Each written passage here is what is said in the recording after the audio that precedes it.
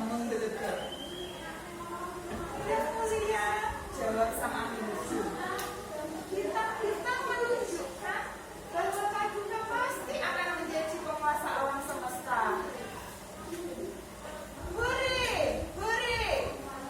Semua orang di aula kerajaan bertepuk tangan. Coba anak-anak ditirukan.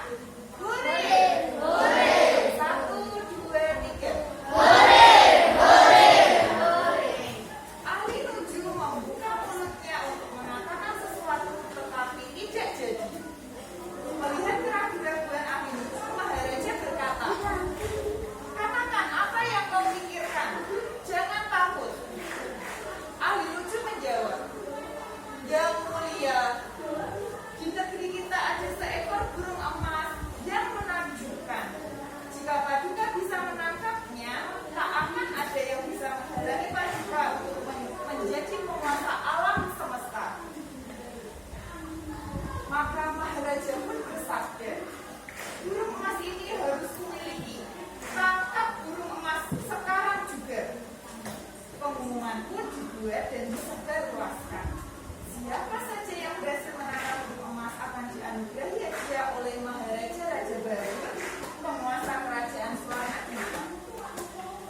Rakyat Swarnadwipa menjelajahi bukit, gunung, dan hutan demi mencari burung emas itu.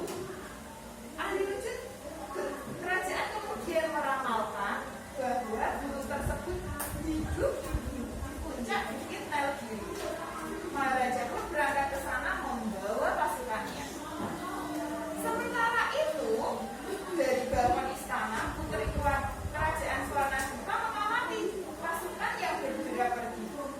Saat dia menatap kaki langit, dari sudut matanya dia menyadari ada sesuatu yang bergerak. Ternyata itu si burung emas. Burung itu bertengger di puncak makam yang terletak di balkon istana. Dia berkata, Putri, aku datang ke sini untuk ditangkap. Bawalah aku kepada ayahmu. Mengapa kau mau ditangkap? Tidakkah kau tahu jika kau tertangkap kau akan dibunuh? Aku rela mati daripada membuat orang lain mati karena diriku, ujar burung emas sedih. Banyak orang sudah kehilangan nyawa karena mencariku. Aku hanya ingin membantu mereka yang membutuhkan. Sang putri berkata, burung emas tersayang, mohon tinggallah di makam ini. Tak ada yang tahu tempat ini.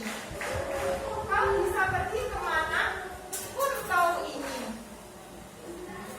Membantu siapapun yang kau mau. Tapi kau harus kembali ke sini. Kau akan aman. Sang putri bertanya, wahai burung emas, apakah kau lapar? Apa yang bisa kubawakan untukmu? Tidak, putri, jawab burung emas. Aku hidup dari tetes hujan, cahaya rembulan, dan embun pagi. Aku tak butuh makanan. Bintang-bintang bersinar, tak terhitung banyaknya. Burung emas menatap langit malam sembari bertengger di makam. Kemudian terdengar sayup-sayup suara tangisan seorang anak laki-laki dari kejauhan. Burung emas terbang dan mencari anak tersebut. Keesokan paginya, setiap rumah rakyat yang dilewati burung emas berubah menjadi rumah-rumah yang indah. Anak-anak ke sekolah membawa buku yang mereka butuhkan. Mereka tertawa dan terkikik dalam balutan pakaian baru nan elok. Jalan-jalan tampak seperti di dalam lukisan. Setiap daerah kuno berubah menjadi barisan rumah bata yang rapi, terang oleh lampu-lampu. Anak-anak membaca buku cerita, para ibu menghias dinding dengan cat warna-warni, para pemuda bernyanyi di jalanan. Pada hari berikutnya, sang putri naik ke menara makam kerajaan. Dia mendengar alunan musik yang sedih. Dilihatnya burung emas sedang memainkan biola. Ketika putri mendekat, dia sangat terkejut. Burung emas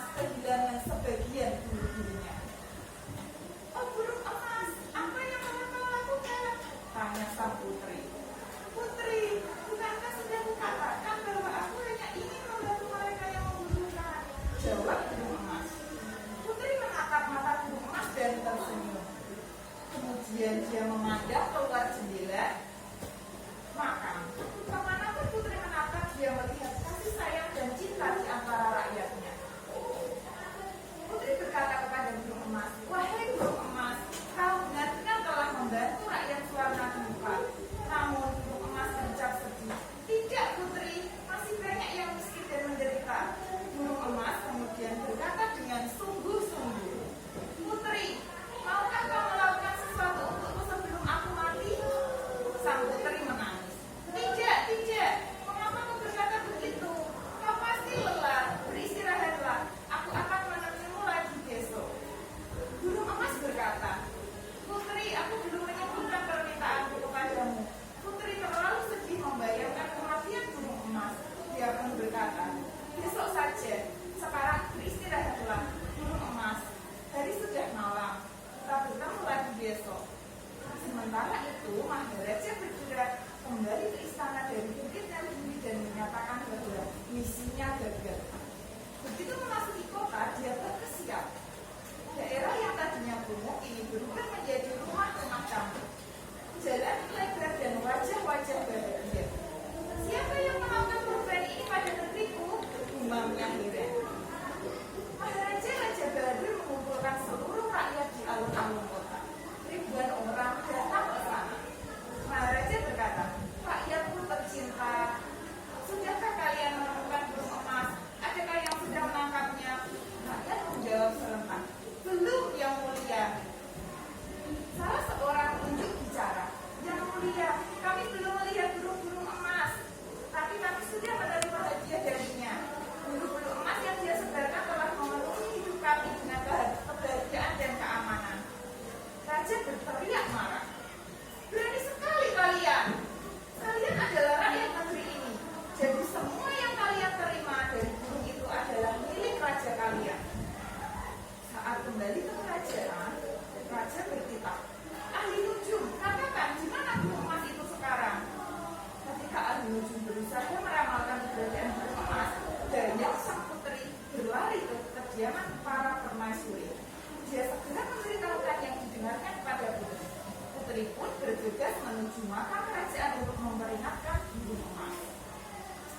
Namun sebelum putri sempat mengatakan sesuatu, burung emas berujar, "Aku sudah menantimu Putri. Aku tak punya waktu lagi. Kita harus menyelesaikan tugas sebelum raja menangkapku." Burung emas pun membisikkan sesuatu ke telinga putri. Mata sang putri menetes. Aku bisa membaca mantra," ujarnya. "Tapi aku tak bisa mencakuti bulu-bulu indahmu." Ahli nujum selesai meramal dan wajahnya berseri-seri penuh kemenangan. "Yang Mulia, Paduka telah menangkap burung emas. Dia bersembunyi di suatu tempat di istana ini. Sungguh aneh." Raja pun memerintah, "Temukan burung itu dan bawa dia kepadaku sekarang juga." Putri dan burung emas sedang berada di galuan istana. Prajurit puluhan raja terdengar sedang menggeledah istana. Mereka bahkan mencari di kediaman permaisuri, padahal sebenarnya laki-laki dilarang masuk. Pada masuk ya. Burung emas gelisah. "Putri, mohon lakukanlah sekarang." Putri segera mencabuti bulu-bulu burung emas yang tersisa. Dia melakukannya sambil menangis terseduh-seduh. Burung emas memejamkan mata menahan nyeri. Raja dan pasukannya bergerak naik tangga. Burung emas cemas. "Putri, cepatlah." Putri mengumpulkan bulu terakhir si burung emas dalam selendangnya. Kemudian dia berjalan ke tengah galon, merapalkan mantra yang telah dibisikkan burung emas tadi. "Yang termiskin dari yang termiskin, dapatkan satu bulu masing-masing. Bulu-bulu terbang